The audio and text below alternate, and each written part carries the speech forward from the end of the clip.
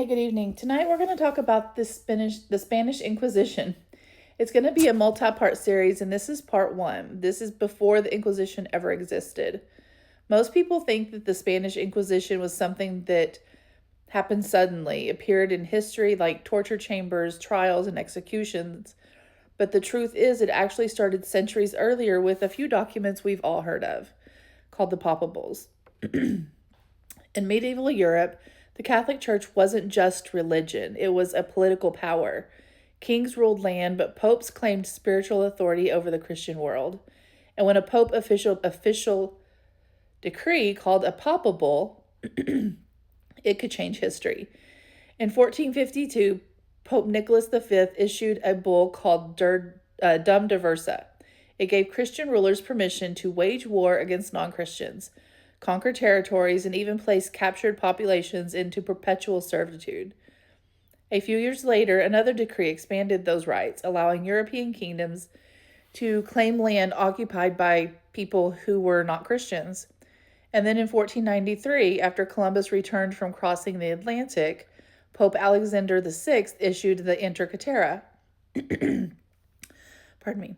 This document essentially divided newly encountered lands between Spain and Portugal. The idea behind all of this was simple.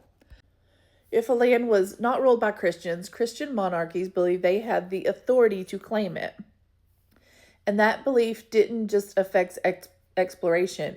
It shaped how Europe began defining loyalty, identity, and belonging.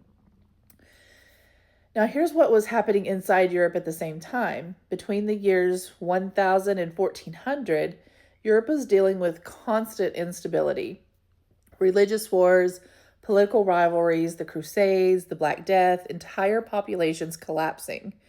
During this period, religion and government were completely connected.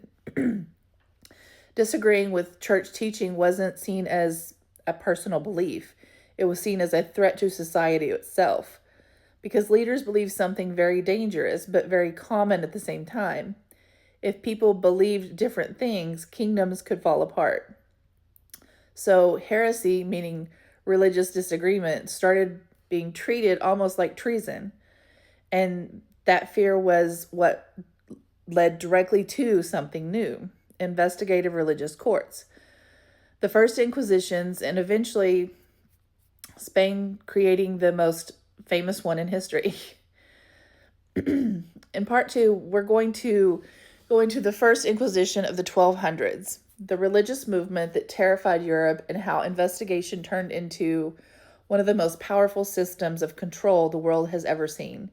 Because the Spanish Inquisition didn't start with Spain, it started with fear. The more you know.